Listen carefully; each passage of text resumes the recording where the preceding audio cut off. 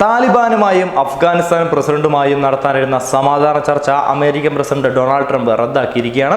താലിബാനുമായുള്ള സമാധാന ഉടമ്പടി കരാർ ഉണ്ടാകുമെന്ന തീരുമാനത്തിൽ നിന്ന് പിന്തിരിയുന്നതായും ട്രംപ് വ്യക്തമാക്കിയിട്ടുണ്ട്. കാബൂളിൽ അമേരിക്കൻ സൈനികനെ അടക്കം 12 പേരുടെ മരണത്തിന് ഇടയാക്കിയ കാർ ബോംബാക്രമണത്തിന്റെ ഉത്തരവാദിത്തം താലിബാൻ ഏറ്റെടുത്തതിന് തൊട്ടു പിന്നാലെയാണ് ട്രംപിന്റെ ഈ പ്രഖ്യാപനം. അഫ്ഗാനിസ്ഥാനിൽ 18 വർഷമായി നടന്നു വരുന്ന താലിബാൻ US ഏറ്റുമുട്ടൽ അവസാനിപ്പിക്കുന്നതിനുള്ള ശ്രമങ്ങളുടെ ഭാഗമായിട്ട് കൂടിയാണ് താലിബാനും അഫ്ഗാൻ പ്രസിഡന്റുമായും ട്രംപ് ചർച്ച നടത്താൻ തീരുമാനിച്ചിരിക്കുന്നത്. ഇതിനിടെയാണ് കാബൂളിൽ താലിബാൻ നടത്തിയ ചാവേർ കാർ സ്ഫോടനത്തിൽ ഒരു അമേരിക്കൻ സൈനികനടക്കം 12 പേർ കൊല്ലപ്പെട്ടത്. അമേരിക്കൻ എംബസി അടക്കം സ്ഥിതി ചെയ്യുന്ന തന്ത്രപ്രധാനമായ മേഖലയിലാണ് ഈ ആക്രമണം ഉണ്ടായിരിക്കുന്നത്. താലിബാനുമായി അമേരിക്കൻ മധ്യസ്ഥൻ അടുത്തിടെ നടത്തിയ ചർച്ചയിൽ സമാധാന ഉടമ്പടിക്ക് ധാരണയായിരുന്നു. അഫ്ഗാനിസ്ഥാനിൽ നിന്നും അമേരിക്ക സൈനികരെ പിൻവലിക്കുവാൻ തയ്യാറായാൽ മേഖലയിലെ ഭീകരപ്രവർത്തനങ്ങൾ അവസാനിപ്പിക്കാമെന്നായിരുന്നു താലിബാനുമായുള്ള സമാധാന ഉടമ്പടി. എന്നാൽ 9 ചർച്ചകൾ കഴിഞ്ഞിട്ടും താലിബാൻ ഭീകരാക്രമണം നടത്തുകയായിരുന്നു. ഉടമ്പടിക്ക് അന്തിമ രൂപം നൽകാനിരിക്കെയാണ് ചർച്ച റദ്ദാക്കിക്കൊണ്ടുള്ള തീരുമാനം പുറത്തുവന്നത്. ഈ ആഴ്ച താലിബാൻ നേതാക്കളുമായി നടത്താനിരുന്ന കൂടിക്കാഴ്ചയും റദ്ദാക്കിയിട്ടുണ്ട്. ചർച്ചകൾക്കായി താലിബാൻ നേതാക്കളെ അമേരിക്കയിലേക്ക് ക്ഷണിച്ചിരുന്നു. 2001 സെപ്റ്റംബർ 11 ഭീകരാക്രമണത്തിന് ശേഷം ആദ്യമായിട്ടാണ് അമേരിക്ക താലിബാനുമായി ചർച്ചയ്ക്ക് നീക്കം നടത്തിയത്. അമേരിക്കൻ മധ്യസ്ഥൻ സൽമായി ഖലിസാദ് താലിബാനുമായി തിങ്കളാഴ്ച ധാരണയിലെത്തിയിരുന്നു.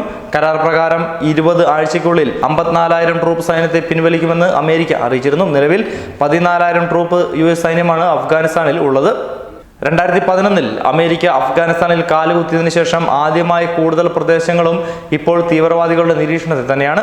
അടുത്ത 1 വർഷത്തിനിടെയാണ് അഫ്ഗാനിസ്ഥാനിൽ താലിബാൻ കൂടുതൽ കരുത്ത് ആർജിച്ചിരിക്കുന്നത്. അമേരിക്കൻ പാവകളെന്ന് അവർ പരിഹസിക്കുന്ന അഫ്ഗാൻ സർക്കാരുമായി സംസാരിക്കുവാൻ ഇതുവരെ കൂട്ടാക്കിയിട്ടുമില്ല. 1996 മുതൽ 2001 പുറത്താക്കുന്നതുവരെ അഫ്ഗാനിസ്ഥാനിൽ ഭരണത്തിലിടുന്ന സുന്നി മുസ്ലിം രാഷ്ട്രീയ സൈനിക പ്രസ്ഥാനമാണ് താലിബാൻ. താലിബാൻ അംഗങ്ങളിൽ ഭൂരിഭാഗവും പഷ്തൂൺ ഗോത്രത്തിൽപ്പെട്ടവരാണ്.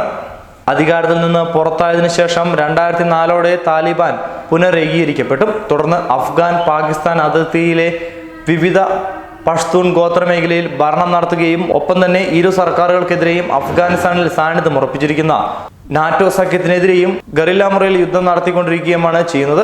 ഒളിവിൽ കഴിയുന്ന മുല്ല മുഹമ്മദ് ഒമറാണ് താലിബാന് നേതൃത്വം നൽകുന്നത്. പാകിസ്ഥാൻ സർക്കാരിൽ നിന്നും പ്രത്യേകിച്ച് പാകിസ്ഥാൻ ചാര സംഘടനയായ ISIൽ നിന്നുമാണ് താലിബാന് പരിശീലനവും പണവും മറ്റ് സഹായങ്ങളും ലഭിക്കുന്നത്. ഏതാണ്ട് 5 വർഷത്തോളം അഫ്ഗാനിസ്ഥാന്റെ തലസ്ഥാനമായ കാബൂളും രാജ്യത്തിന്റെ ഭൂരിഭാഗവും നിയന്ത്രണത്തിലായിരുന്ന Taliban Islamic emirates of Afghanistan എന്നാണ് തങ്ങളുടെ രാജ്യത്തെ വിളിച്ചിരുന്നത്. ഇക്കാലത്ത് പാകിസ്ഥാൻ, സൗദി അറേബ്യ, UAE എന്നീ 3 രാജ്യങ്ങൾ മാത്രമേ താലിബാന്റെ സർക്കാരിനെ അംഗീകരിച്ചിരുന്നുള്ളൂ. അഫ്ഗാനിസ്ഥാനിൽ അധികാരം നഷ്ടപ്പെട്ടെങ്കിലും പാകിസ്ഥാനിലെ അതിർത്തി പ്രദേശങ്ങളിൽ നിർണായകമായ സ്വാധീനം ചെലുത്തുവാൻ ഇപ്പോഴും താലിബാന് സാധിക്കുന്നുണ്ട് എന്നുള്ളതും വലിയൊരു പ്രത്യേകതയാണ്.